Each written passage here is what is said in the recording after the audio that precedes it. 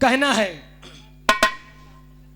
आइए आप सबको हम एक छोटी सी कहानी जोड़ते हैं 10 मिनट में।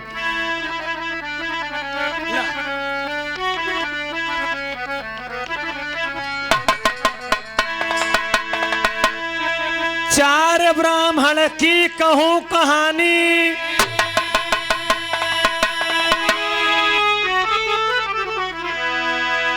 चार ब्राह्मण की कहूं कहानी, घर में बहुत ही रही गिरानी। पुजारी रहले सुनिए ज्ञानी चतुर सुजान।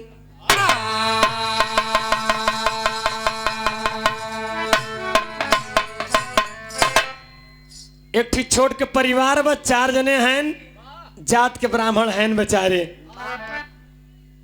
बहुत पढ़ा लिखा नहीं हैं, लेकिन भगवान के भक्ति करत रहें दोस्त। गौर कीजिएगा भैराज भैया गाय गए एकदम वैसे ही गीत बा तैयारी में। चारों के मन में हो गया कि हम चल के राजा भोज के यहाँ एक ठीक कविता सुनाई दे तो हमारे लोग का काम बन जाते, कुछ खाए पिए के जुआड़ हो जाते, दान दक्षिणा मिल जाते, वस्त्र आभूषण मिल जाते, गृहस्थी हमार सुधर जाते। यही उम्मीद चल दे, लेकिन उन्हन के पास कोनो जुआड़ बा नहीं। अनपढ़ मनई का सुनई ही का गई है, एक लाइन कविता नायब पंचौक सुनत चला बिरहा तुरंत शुरुआत बा। बिरहा जगत में टेढ़ी के भाव लगा एकदम झूसी वाली तर्ज में चला।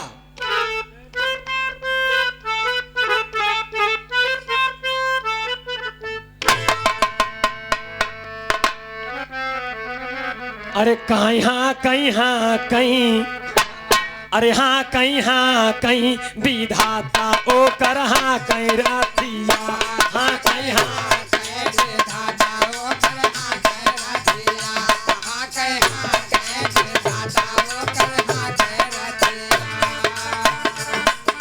हाँ जेबा मूर्ख जगत में, जेबा मूर्ख जगत में, जेबा मूर्ख जगत में, जेबा मूर्ख जगत में ओ कर क्यों ना सथिया, विधाता ओ कर हाँ कहीं रतिया।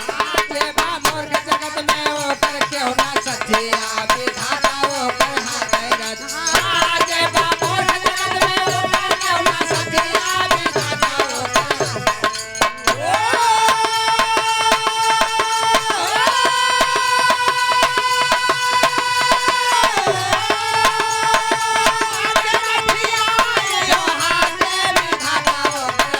जिया भैया जय हो। जिया जिया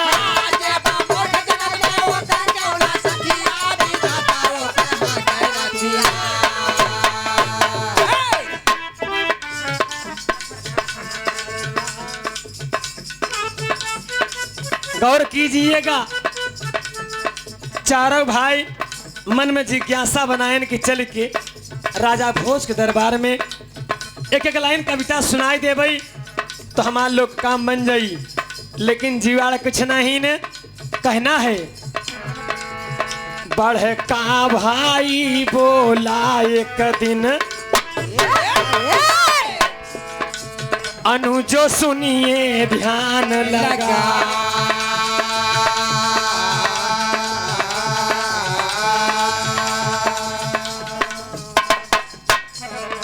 ये हमारे स्वर्गीय श्रीमान बनारसी फूफा जी के चाचा जी सुमेर यादव जी की ओर से 100 रुपया पुरस्कार बा। अंतरात्मा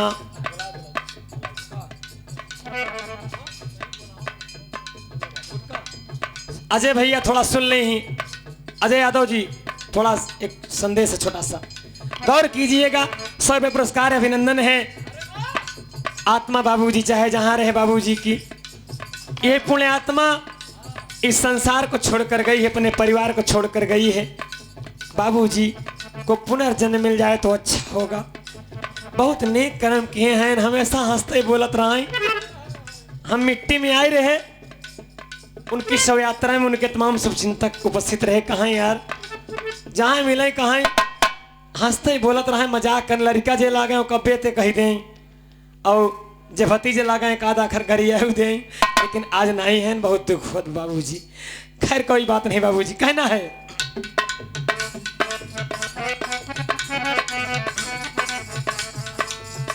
बढ़ का भाई बोला एक दिन,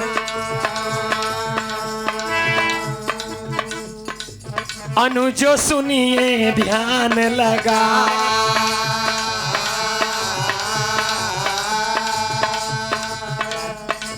राजा भोज के दर पे चली के इकट्ठी कविता देत सुना।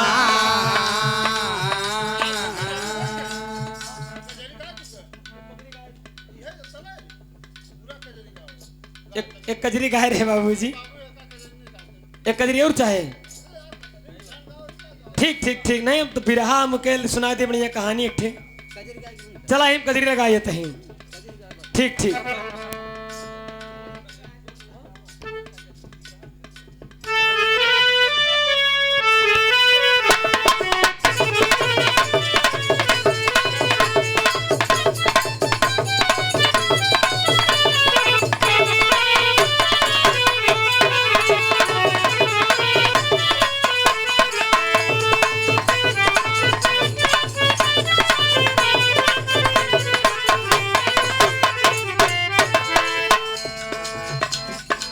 श्रीमान जी की तरफ से की फरमाइश बकायन भैया कजरिया पूरी नहीं करे। खैर कोई बात नहीं, नाराज मत है बाबूजी, सबके अलग अलग डिमांड बा। बिरहा हम सोचे कि थोड़ा बढ़िया मार्मिक बात बस सुना दे, जल्दी भेंट हो कि ना हो, कजरी ले ला तुरंत ही।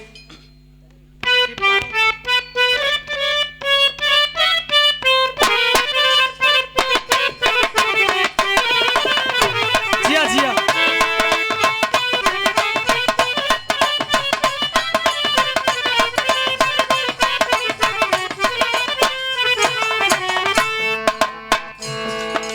हरे रामा सावन की बात नियारी,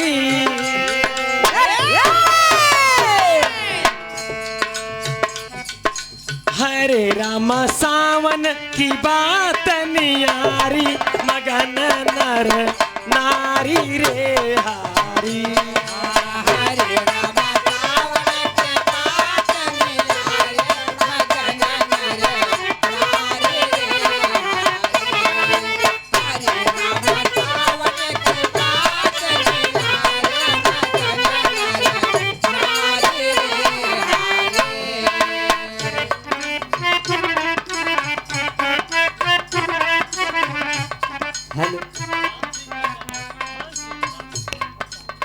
छोटा सा मुन्ना मान सिंह, जिन्हें मानू के नाम से जानते हैं, 50 रुपया का आशीर्वाद है, 60 रुपया है। बहुत बहुत धन्यवाद, खुशी रहा बच्चा। कजरी है कि हरे रामा सावन की बात नियारी, मगन नर नारी रे हारी।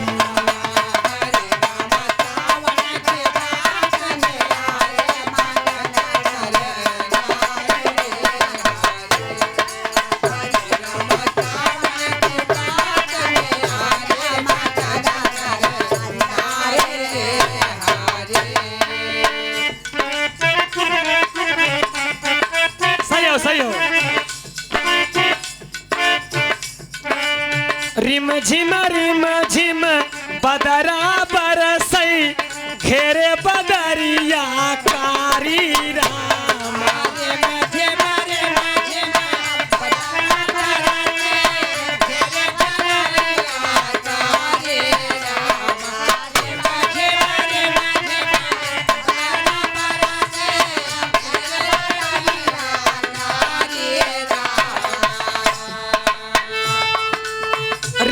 रिम झिम बदरा बरसई, घेरे बदरिया कारी रामा।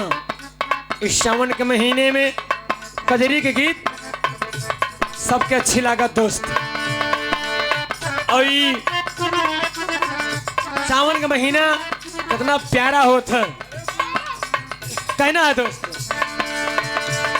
कि रिम झिम बदरा बरसई, घेरे बदरिया कारी राम।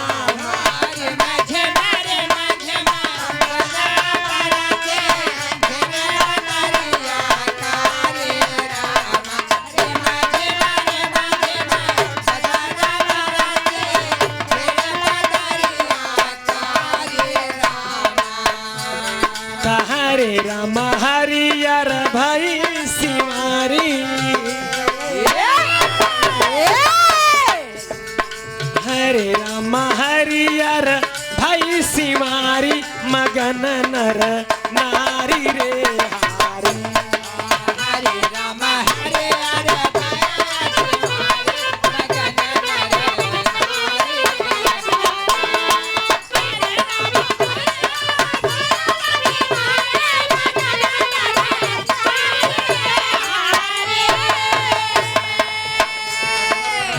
सुने वाले मित्र बड़े भैया जौन इस समय गांव में एकता रही बढ़िया बढ़िया मोटका मोटका नार से रस्सा से झूला पड़ जाए जैसी बोल चाल ना रहा है आपस में यही सावन के महीना में बोलौची हो जाए यही सावन के महीना में बोल चाल शुरू हो जाए जो मैं यार खुमसान रहा हो देवरान ध्यान झगड़ा करे रहा है एक कई पटना पे जब बैठे बहनी तनी खसका हो खसा के ले कहीं दीदी कुछ गौती हो कहीं चला गावा न तो कजरी पे कजरी गावा दोस्त आज हैरान जात लेकिन सरकार यही मांगत है आकाशवाणी हो या दूरदर्शन हो यही मांगत है कहना है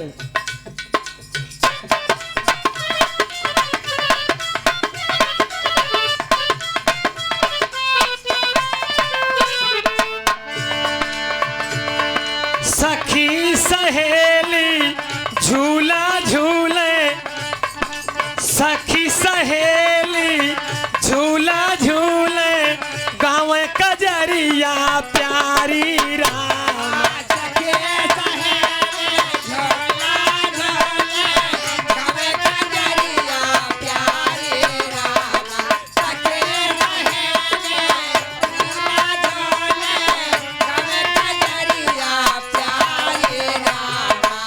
गाँव कजरिया प्यारी राम हरे राम पहिरे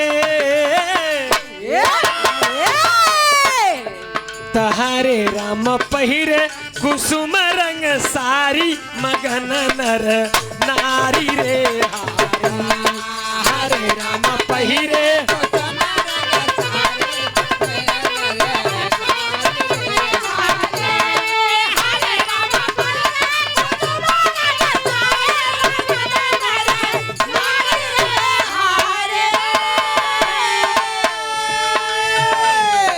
हाई गीत फरमाइश बाबा रे हारी रे हाँ ये गीत जल्दी क्यों सुनबे नहीं करते न गौबे करे दोस्त काहे बरे की पुरान चीज है ये रे हारी रे और का गाँव दोस्त कहना है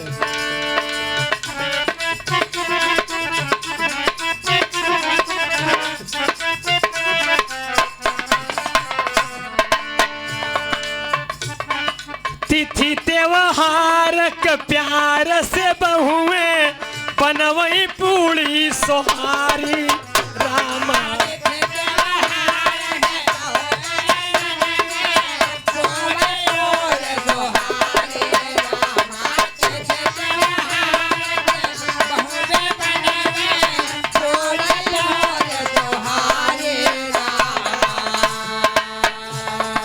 हरे रामा गुड़िया खेल सेवारी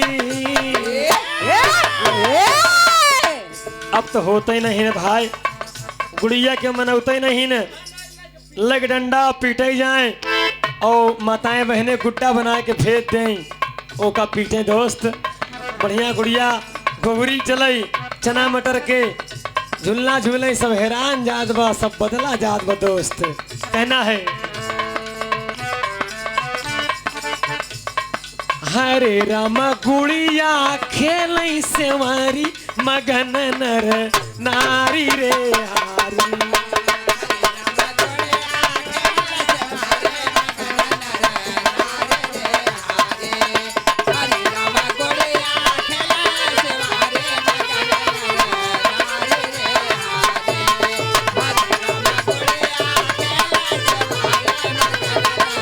बहुत कम टाइम में आप लोगों का आनंद आ जाए दोस्त गौर कीजिएगा चारों जने जब घर से निकल रहे हैं ओका छोड़ दे तर्ज काट दे चला आवाज पे कहन कहो भैया का सुनोग बे चारों जने जब आगे बढ़न भैया की अचरज देखा थी का देखा थी एक लाइन तर्ज लगा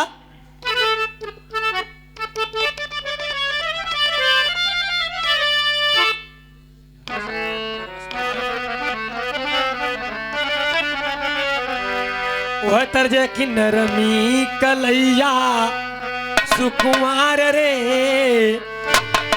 अरे चुभी जाला कंगनवा लेकिन एक ही पतो अपने बहुत सास ससुर के परेशान करता रहा दोस्त बड़ी परेशान करत बा और बुढ़ऊ दादा बेचारू दवाई लिया वही लेकिन आराम होकर लागई हो गई ना जब आराम ना लागई तो जमन दवाई पाए रहाई वो लग जाए पिछवाड़े बहाइया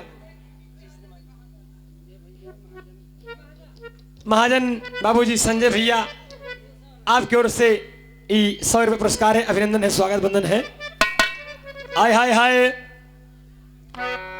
और दुल्हनिया वो परेशान करे तो अम्मा कहन की जाना हो दुल्हनिया न ओझाई छिकाई न सुखाई छिकाई न दवाई छिकाई न धर्मल छिकाई कहन कैसे ठिकाई दुल्हनिया कहन करे जवन रोग पकड़े हम जाना तही कहन कवन रोग बारे दोनों प्राणी बतिया थे पुतोह चक्कर में कहन जाना यह उम्र में जौने उम्र बचवा परदेश चला गया वो उम्र तुह कहूँ परदेश कर है कहन नहीं रे हम सब दिन तोरे लगवा ही रहे कहन तो भाई बीमार है भाई कहन कौन बीमारी बा वही सास अपनी पतोहू बरे अपने स्वामी से कहा मालिक से के स्वामी कहे बचवा के घरे बोलवाइला कहे बचवा के घरे अरे बोलवाइला दोबारा आई गई पतोहिया बचवा के घरे बोलवाइला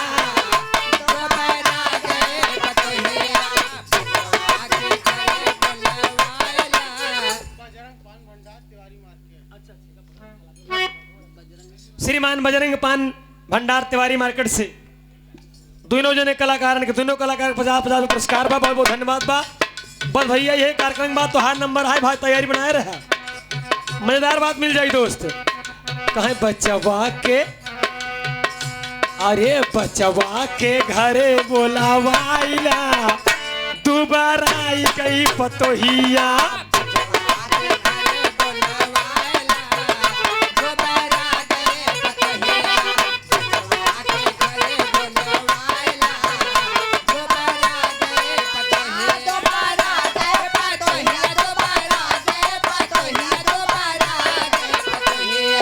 बचवा के घरे बोलवाइला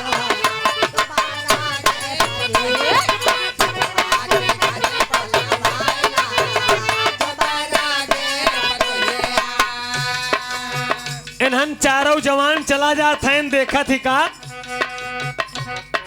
चारों जी ने किए चारों जने की हले बयान हो धारे आगे का डगरवा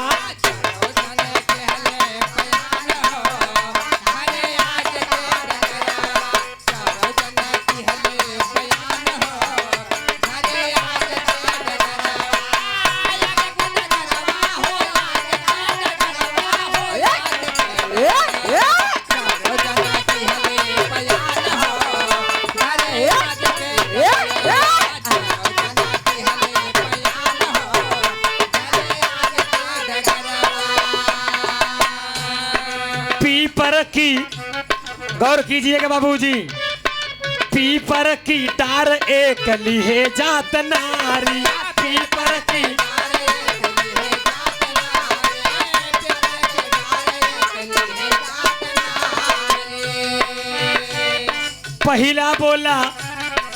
पहला बोला बनी गईली कविता हमारी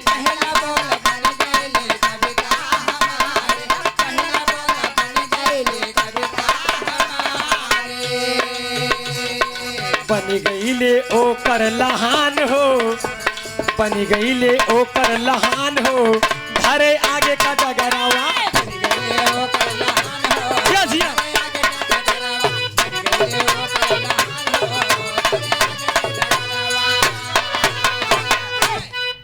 लहान बैठ गया एक थी मेहरारू बुढ़ापा बेचारी अपने बकरी भरे अपने जानवर भरे पीपरे का डार खितोरे लग चली आवत रहा घर रावत अब पहिलका वाला का भैया रोक के कहन का भा कहन भैया हरा हमार कविता बन गई कहन का बनी कहन पीपर लायो नारी कि है चल के हम राजा के दरबार में सुनाई दे, हमार काम बन जाई। दूसरका तीसरका चौथा कहन भैया हमार कैसे हो, कहन आगे चलत रहा के जान तोहर लोग लहान बैठ जाए। तब का होता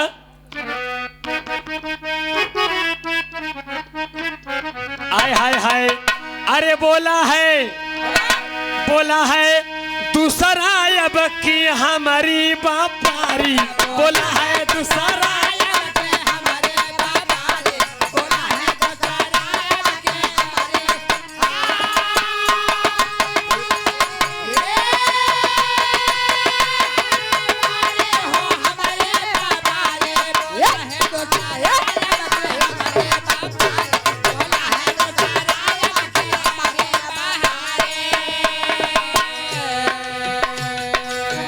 पहलका भाई लिख ले हैं पीपर लायो नारी, दूसर का कहा है हमारो कविता हो चाहिए नहीं का सुनाऊब का लिखबई।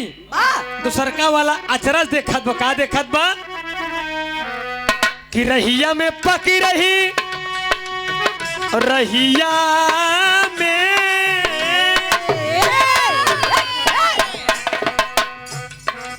रहिया में पकी रही फर के जमुनिया,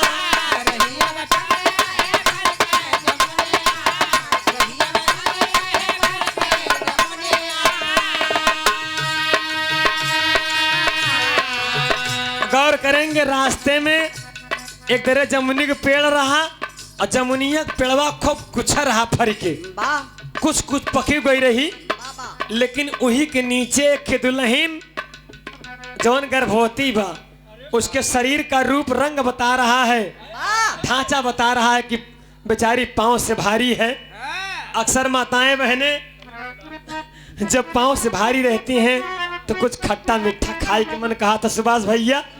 वह दुल्हनिया बेचारी निचवा खड़ी हो गोदी तोड़त रहे, तो दूसरका देखत बा चारों भैयवन में जमन चला जाता है पंडित जी हरे, यही दूसरका देखत बा का कहत बा कि रहिया में फरी रही, अरे पक के जमुनिया डरिया ओना वही नहीं पावई बारी धनिया,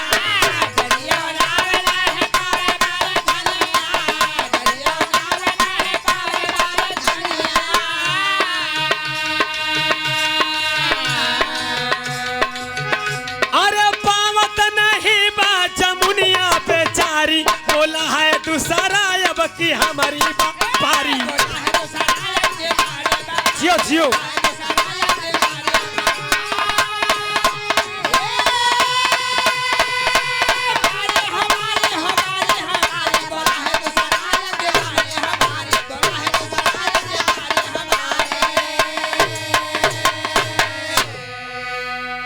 दुल्हनिया बेचारी जामुन नहीं पावत बा, ओ नावत में लेकिन मिलत नहीं ने। आई दूसरका वाला कहे भैया हमार कविता बनी गई, कहन बनी कहन का बनी, कहन भैया हम लिख ले हई जामुन पावत नहीं, दोनों को लहान तो बैठ गए।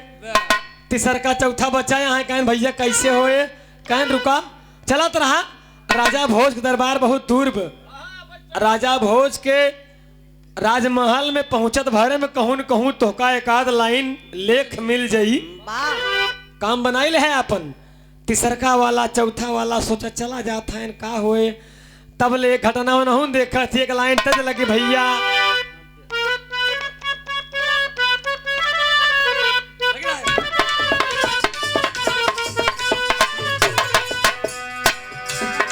बड़ी रसिक तर्ज है दोस्त कि हम प्यार करऊं भरतार, हम प्यार करऊं भरतार, भरतार सिलवाई दे चोली रे समकी।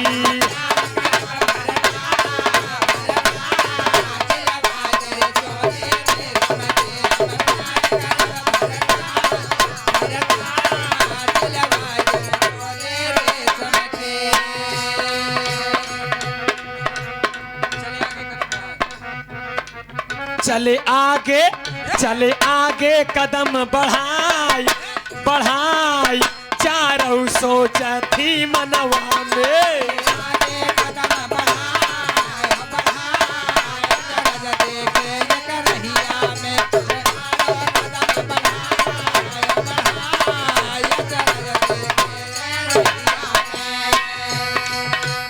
आगे जब चले तो गाँव पड़ा, कहन भैया कुछ पानी वगैरह पी ले, कहन पी ले। एक ठीक कुआं बैठ के पानी पिए लगे, वही कुइया बगलिया कच्ची बखरी रही, बड़ी कोलाहल का आवाज आवत रही। कहन भैया कुछ होत बका, कहन चला उतर के जब देखा था कुआं पर से उतर के देखा था तो एक ठीक घरे में दो जने झगड़ा करे हैं के महतारी महतारी बिटिया लड़त रहिन, महतारी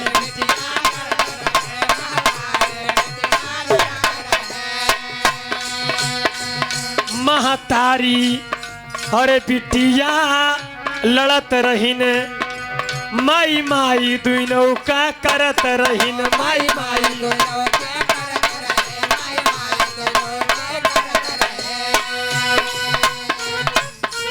तीसरा तीसरा बोला हर साई मोरी कविता बन गई मनवा, तीसरा बोला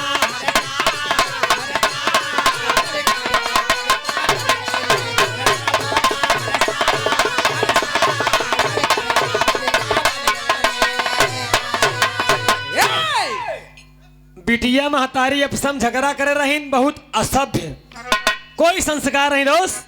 अक्सर आप परिवार में देखते हैं जहां शिक्षा विहीन हो, जहां लोग अभद्र हो जाएं, जहां पर नैतिकता का पतन हो जाए, वहां इस भाषाओं का प्रयोग होता है। कहन बिटिया कहे माई नैहरे में हई, ससुरे से आई है ताना मार दिया, महतारियो अपनी बिटिया कहे माई नहीं तो मैयो लड़बू अब तो का झोटा पार के मारब। इन्होंने अपन देखा था, कहन तीसरा वाला कहा भैया कविता हमार बन गई। कहने कैसे, कहन बतावा वो बिटिया एक महतारी है, लेकिन देखा वो माई कहा ठीक है, लेकिन महतारी अपने बिटिया माई कहा कहन तब कहन हमार कविता है कि माई के कोखिया जन्मी माई कोखिया जन्मी माई, हमारो कविता बनी गई।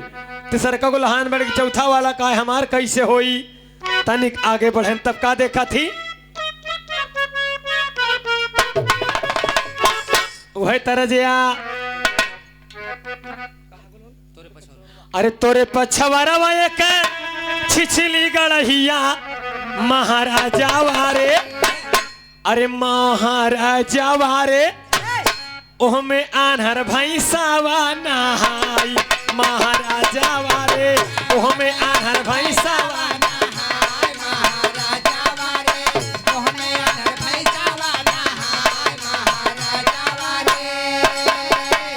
लेकिन गीत में कहना बा कि ससुर औ दमादे में अरे हो तो लड़ैया चारों भैया हो। आगे बढ़न तो एक दमाद दारू पिए मस्त और अपने ससुर से लड़ी के वो ससुरारी में आई के ससुरारी में खड़ा बा, ससुर बुढ़ऊ कहन की मेहमान कहन की तोहार पार पूजे है यार, हाँ वह झगड़ा कैल है, ससुर दमादम झगड़ा हो गई, तब का हो था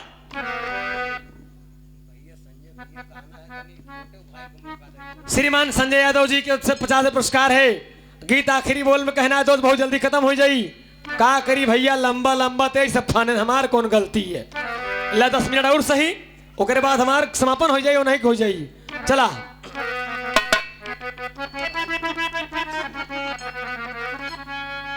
अरे ससुर दमादे में देख के लड़ैया चारों भैया हो, चारों भैया हो मन में रहे खुशियाँ मनाई, चारों भैया हो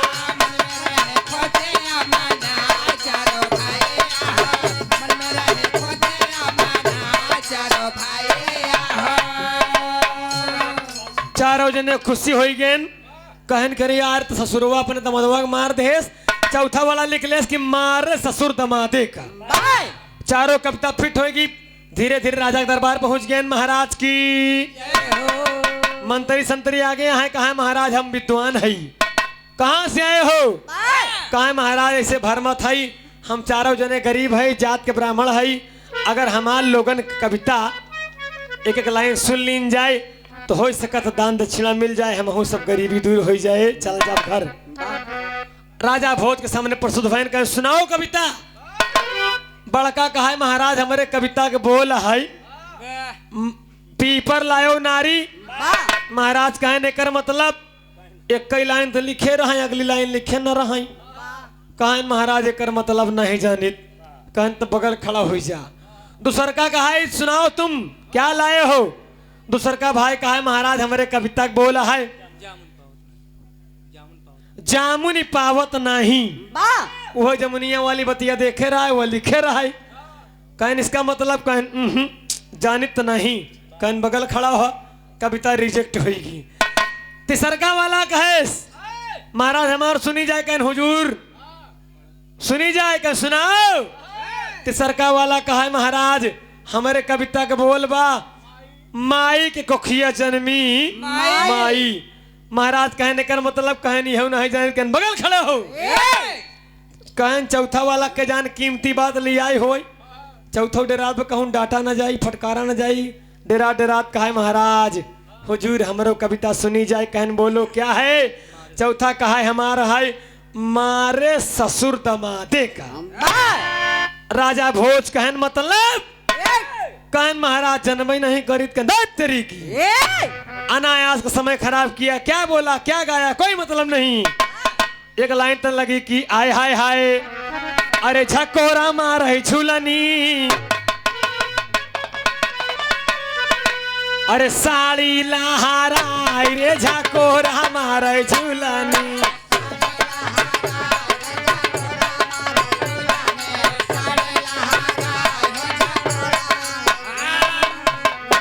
लेकिन गीत में कहना बा कि भगाई दी है राजा अरे भगाई दी है राजा नहीं कविता सोहाय हो। भगाई दी है राजा कविता सोहाय हो भगाई दी है राजा नहीं कविता सोहाय हो भगाई है राजा।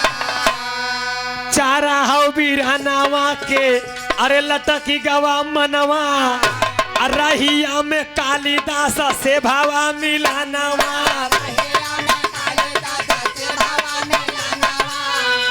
अरे कविता के सागर कहाँ कविता के सागर अरे दिए समझाई हो भगाई दिए राजा नहीं कविता सहाय हो। मुन्ना बारे प्रयागराज रास्ते में कालिदास महान कवि महान विद्वान से भेंट हुई। कहन बोलो वत्स कहाँ जा रहे हो। कहन अरे महाराज गुरुदेव जी प्रणाम हो सत नमन है। कहन क्या हुआ।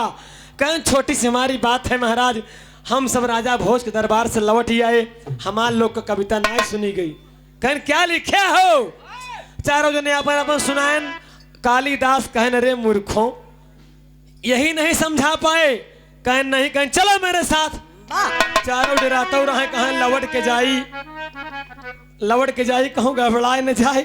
वह डर कमारा पीछे लगा है। लेकिन विद्वान कभी कालिदास साथे ले आए के चला जाए राजा भोज के दरबार में। कहन महाराज की जय हो। कहन महाराज मात्र 5 मिनट समय दिन जाए। ये हमारे साथे चारों विद्वान जवन आए हैं बहुत बड़ा विद्वान हैं। इनकर कविता बड़ी कीमती बा बड़ी वजन बा लेकिन इन्होंने अर्थ नहीं बताएं। आप समझ नहीं पाए डांट के भगाई दे।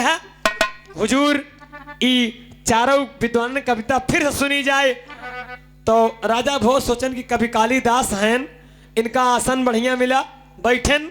कहन हो सकत गुरु ज्ञानी हैं कुछ बतौबे करें ऐसा करा फिर सुनावा। जब चारों लागन सुनावा बड़का भैया तो पहला वाला सुनाओ शुरू करे पापड़ के भाव लगा दोस्त।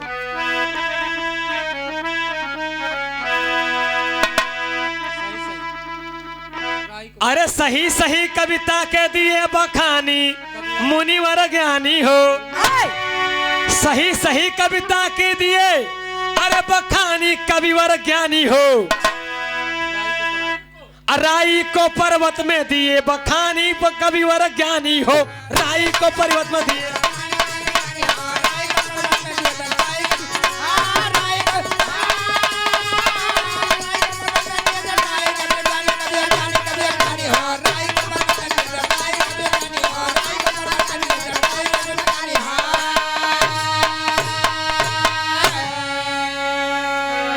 कवि कोविद विद्वान की भाषा अरे जाने सकल जहान हो। पूजे जाते हर स्थान पे कवि ज्ञानी विद्वान हो। ए भैया बहुत सम्मान मिला। और जब चारों का अर्थ बतावत हैं तो का बतावत हैं, कहाँ हुजूर सुनी जाए। पहला कहा महाराज हमार कविता इहैया पीपर लायो नारी, तो हो थका कि पीपर लायो नारी वाली, अरे बातिया बतावई लागे पीपर लायो नारी वाली।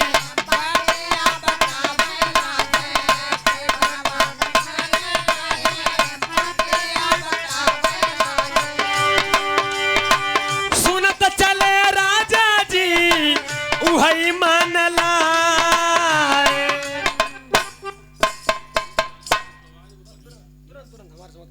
कहे महाराज पीपर लायो नारी के मतलब जाना का भवा। इतने पे पीपर लायो नार के शब्द संबोधन होते कविता होते। कालिदास उन्हन चारों विद्वान गड़वा भाराई पढ़न कह रहे महाराज बहुत बड़ा विद्वान कहन का भा। कहन त्रेता युग में रावण किया पीपर लायो नारी गौर कीजिएगा। अरे त्रेता युग में रावण किया सिया का हरनवा पंचो। त्रेता युग में रावण किया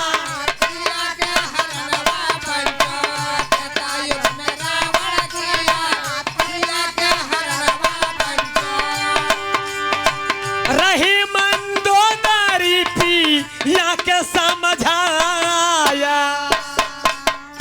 कहे महाराज मंदोदरी समझावत रही रावण के कि स्वामी ए पिए, पी माने पिए, पर माने दूसरों की नारी का हरण किए हैं। स्वामी पीपर लायो नारी, ए पिया दूसरे पराई नार का हरण करे है, लौटाई देना युद्ध होए महाराज अब।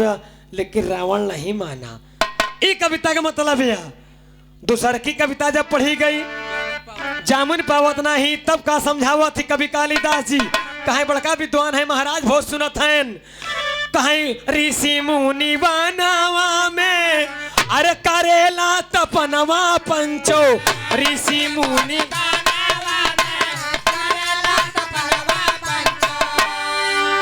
केहू केहू प्रभु का दा रस जल पाए।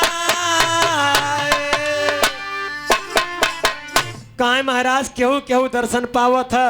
ऋषि मुनि तमाम तपस्या करती, तपस्या आसाराम बापू करते रहे लेकिन भंग हो गई। राम रहीम जेल चला गए। वही बात बताएं कहे कि क्यों क्यों तपस्या करत पावत है, जा मुनि पावत, कोई कोई पाते हैं या मुनि पाते हैं, तक कोई मिलता नहीं बाबूजी किसी को। चौथी कविता पढ़ी गई का बतावा थी। तीसरी कविता के माई के कोखिया से जनबी बमाई भैया।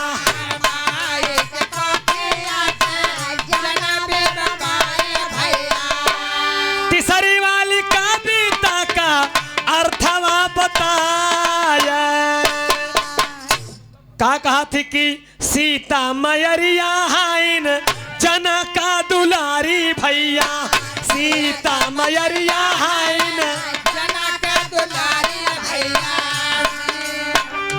जवन जगत जननी माई सीता जी कहा। जो जगत जननी सीता जी को लोग जगत माता कहते हैं, माँ का दर्जा दिए हैं। वही महतारी ई धरती माई के कोख से पैदा भईन। यहाँ बड़े धरती को माँ कहा गया, सीता जी को माँ का उपमा दिया गया। या माई को खिया जन्मी माई। झगड़ा कह रहे माई बिटिया, लेकिन लहान बैठ गवा हिया लहाग लहानैया दोस्त लहक लहानैया। चौथी कविता होगी जायदा कि मारे ससुर दमादे के कहन कि महाराज इहो कविता कर तो समझ ले। कहन काया कहन जौनी समय लक्ष्मण मेघनाथ का गटई काट ले रहन, उ पुरानी उनकर दुश्मनी रही। कहनु कैसे कहन शेषनाग का बिटिया सुलोचना का हरण मेघनाथ कई लिए रहन। यहाँ बड़े मेघनाथ का गलती के नाते शेषनाग प्रतिज्ञा की है कि चाहे जौन जन्म लेक पड़े, लेकिन हमका मेघनाथ से अपने बिटिया के हरण का अपमान का बदला चुकावे के बा। वही शेषा अवतार लक्ष्मण जी के बा। वही के नाते मेघनाथ के मारन तो ससुर दमादे तो रहे न। बड़का भैया चारों कहानी सिद्ध हो गई। अगले लाइन खड़ी में कहना है अरे वाह रे मुनिवर ज्ञानी कविवर ज्ञानी कविताई हो गई, चारों जन का सभा बीच में बड़ाई हो गई।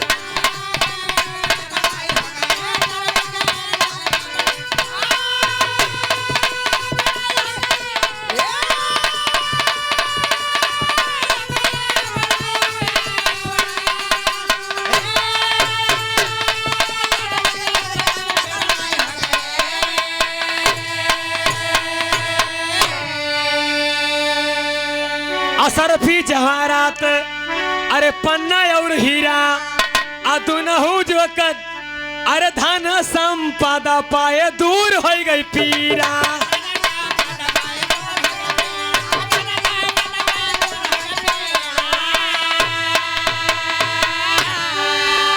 खुशी खुशी राजकोष से अरे विदाई हो गई, अरे वारे कविवर ज्ञानी कविताई हो गई। बहुत बहुत धन्यवाद साथियों, आप लोग समझ गए होंगे 60 में गाना पड़ा। भाई का नंबर है, लीजिए, आप इनसे आनंदित होइए। सुभाष भैया आई गया जना नायक खेदे है। अरे भैया चले गए ना, मैं कर ले हम का करी, कम से कम जोड़ीदार हो गया। हंसी मजाक गाना बजाना अपने जगह पर, लेकिन प्रेम मार तोहार बना रहा है। सवेरे फोन से बात हुई, का भैया कह दे बोलवे ही जरूर बोलवाइन, कार्यक्रम हो गया। बहुत धन्यवाद। बुदुल पंधारी हरसू दादा, बुदुल पंधारी हरसू दादा, राम सिंह स्वर्गामी। अरे मैया समर में गीत गवावे, अरे आप सबका अनुरागी हो। विधाता ओ कर हाँ कई रथिया, तो चंग बली यादव गावई पहिरे कुरता धोतिया हो। विधाता ओ कर हाँ कई रथिया,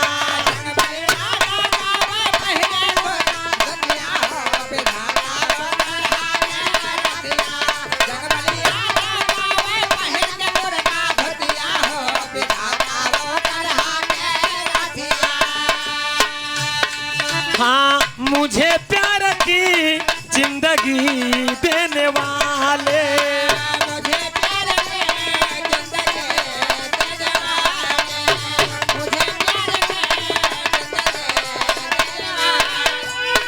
कभी गम न देना, कभी गम न देना, खुशी देने वाले, मुझे प्यार की जिंदगी देने वाले।